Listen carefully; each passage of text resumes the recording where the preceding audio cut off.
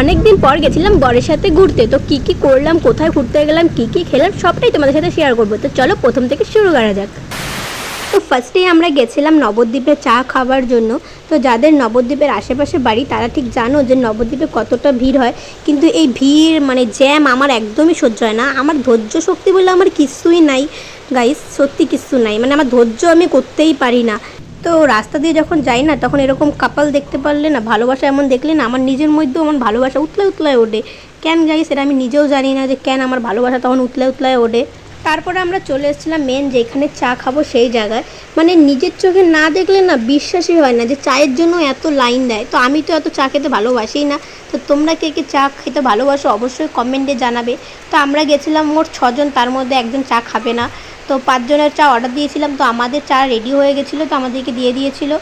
বাপের জন্মেও মনে চা খানে যে আমার চা খাওয়া দেখে দাদা তাকায় আছে আমার দিকে। মানে গাইস কি কমু তোমাকে সবাই রে। মানে আমি যখনই চা খাই বা কফি খাই আমার জিভ অবশ্যই পুরবই। তো তারপরে আমরা চলে আসছিলাম এই যে এই দোকানটার মধ্যে কিছু কেনার লাগাই। তারপরে ওদের মধ্যে একটু ঝামেলা হয়ে গেল, কি নিয়ে সেটা আমার এখন আর মনে পড়ছে না। কিছু নিয়ে একটা হবে, মানে যে আনেই যাইবো সে আনে একটু কাউতালি না মারলে এদের হয় না।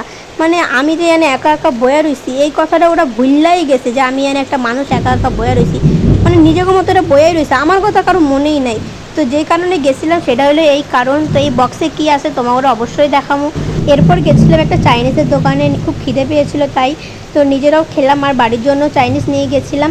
তো তারপর গেছিলাম আমরা একটা আইসক্রিমের দোকানে। মানে রাস্তাঘাটে বেরোলে আমি যদি আইসক্রিম না খাই তাহলে আমার পেটের ভাত হজমই হবে না, মানে আইসক্রিম আমাকে খেতে হবেই। তো তারপরে নেওয়ার পরে আমরা চলে গেছিলাম বাড়ির দিকে। মানে তাড়াতাড়ি আমাদের বাড়ি যেতেই হবে, বেশি রাত করা যাবে না। বাড়িতে মাম্মামকে একা রেখে এসেছিলাম তাই তাড়াতাড়ি বাড়ি যাব।